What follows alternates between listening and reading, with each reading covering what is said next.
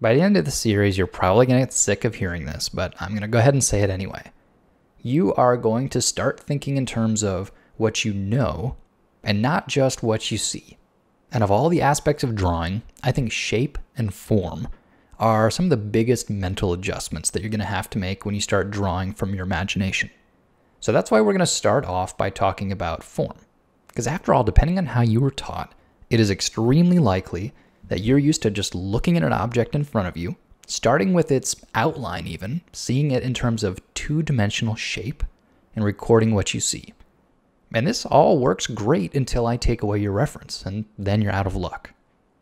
So the first change that has to happen is to learn to change the way you see form. In fact, to see form instead of shape. And when I use those words, when I say form, I mean three-dimensional object. When I say shape, I mean a two-dimensional shape. So you're going to be seeing an object and then simplifying it in a way that makes it easier to store in your memory. Sort of like putting a bunch of computer files into a zip folder. They're compressed. And then when it comes to moving them around your computer, it's just a little bit easier.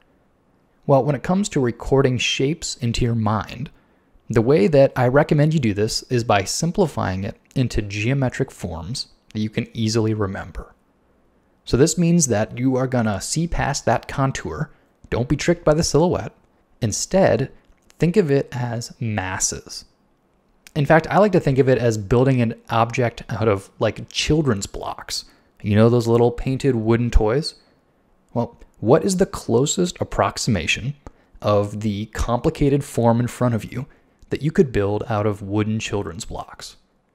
This is going to give you that mental breakdown, that simplification that you can then envision in terms of 3D.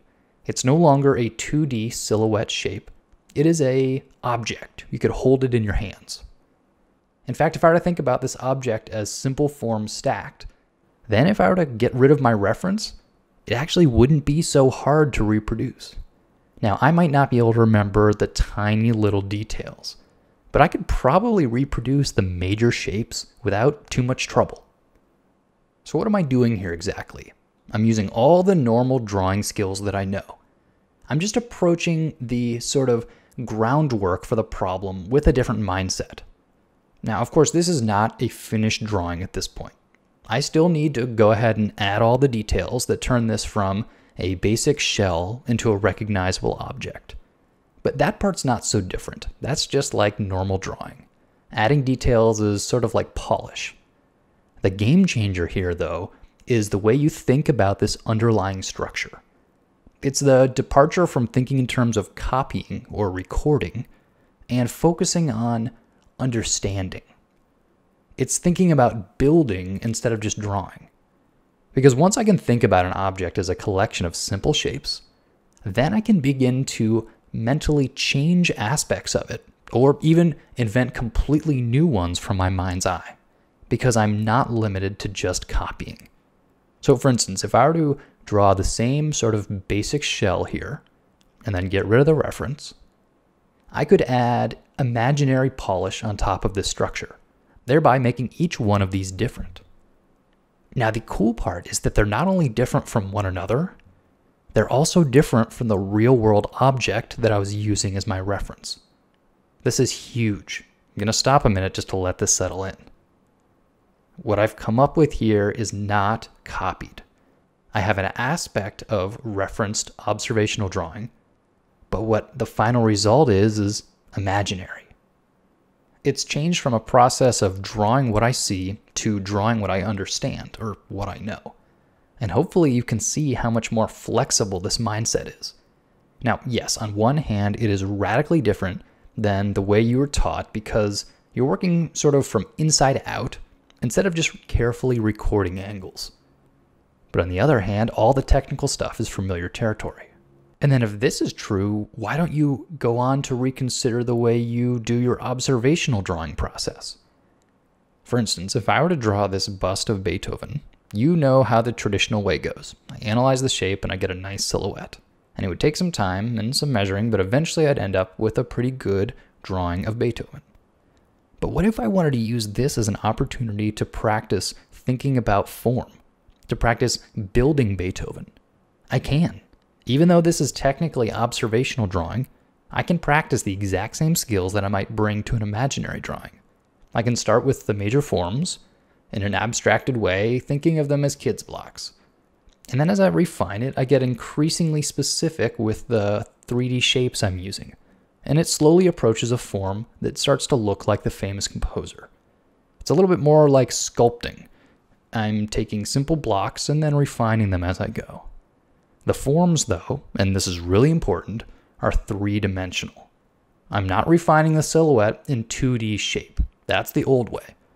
No, I'm thinking in the new way, which is 3D forms. Now, the beauty of working this way is that I'm achieving two goals simultaneously. First, I'm improving my observational drawing. If I keep at this, it's going to end up looking like a pretty nice drawing of Beethoven. But I'm also drawing in the exact same way that I would if I didn't have reference at all. So in a very real sense, I'm practicing drawing from my imagination. Now, don't get me wrong, it takes a while to wrap your head around this, because when you draw this way from observation, you're not drawing what you see, or at least you're not doing it directly. You are seeing a real shape, which your brain then sort of translates into simple 3D forms. And then you draw these imaginary 3D forms. Well, that's pretty different than just drawing what you see. But the benefits of this mindset start becoming extremely obvious once you're drawing other subjects, imaginary subjects. I mean really imaginary subjects. So let's roll this drawing back a bit and say really what I wanted to draw was a sci-fi character. Well, I don't happen to have a statue of a sci-fi character in my house. So if all I knew how to do was to reproduce what I saw, then I'd be out of luck. But we're not drawing what we see. We're drawing what we know. So I can use that same wooden block technique to start massing out a form based on my experiences. I know some general things about human heads. Maybe I even use Beethoven as some general reference. And I'm following that same set of rules. But this mindset allows me to end up with a shape that no one has seen before. A shape that might be similar to my reference in certain ways, but is definitely not copying my reference. So let's pause a minute here and think about the implications of this. Drawing imaginary form is not some burst of inspiration on a blank canvas. Instead, it's a repeatable process. I'm taking my life experiences, my mental shape library, and photo reference and all other kind of outside resources, and I'm letting all of that help combine into drawing what I know. I'm using tricks like breaking the form down into geometric shapes. That's an example of a repeatable process that's not really very hard, it's just a different way of thinking about it. So let's bring it back to the misconception that I raised in the introduction, that drawing from your imagination is some secret skill that has nothing to do with traditional drawing. Well, as you can see, 90% of the skills that I'm using here are exactly the same. All I'm doing is changing my mindset. The other misconception is that drawing from your imagination happens in a vacuum. Not at all. Let's say what I wanted to draw was a communications array. Well, I don't have to wait for some divine bolt of inspiration. I can surround myself with reference materials. But then you might be thinking, well, aren't I just copying somebody else's painting, somebody else's photo? Not at all. So the process here is just like drawing a still life.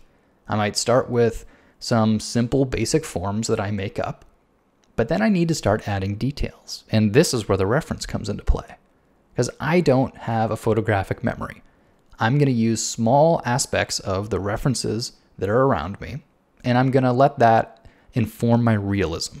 Maybe I'll add a dish from this photo over here and an armature from this other photo. But it doesn't matter that the reference photos I have aren't the perfect camera angle, because I'm not copying them directly. I'm not thinking about 2D shapes. I'm letting them inform my drawing indirectly. Once again, drawing from what I understand, not just copying what I see. So are you starting to get the point here? Seeing why this is so exciting? I hope so. Because once again, drawing a communications array like this is not some magical skill. This is a repeatable technique that doesn't require you to be a drawing master. Inspiration, that's hard to reproduce. I don't know anything about that. But putting together a sheet of reference photos is easy. Anybody can do it. So if you're having trouble dreaming up what your object might look like, base it in reality. That's not cheating. And all these components add up to an extremely empowering thought. You can draw anything. Anything at all. You can draw it from your imagination. Because the secret is that it's not just your imagination. It's actually a combination of approaching all of your drawings as form instead of shape. And then surrounding yourself with outside information. Because this is the stuff that's going to pick up where your memory leaves off. Then that's it. Combine all that together and you come up with a cool imaginary drawing. But this is just the start. In the following chapters, we're going to explore other aspects of painting and composition and how you can leverage the skills that you already have towards inventing realistic objects that no one has ever seen before. And like I said earlier, if you want some specific homework assignments to help guide you through this process, well, make sure to get the companion series at the Control Paint store.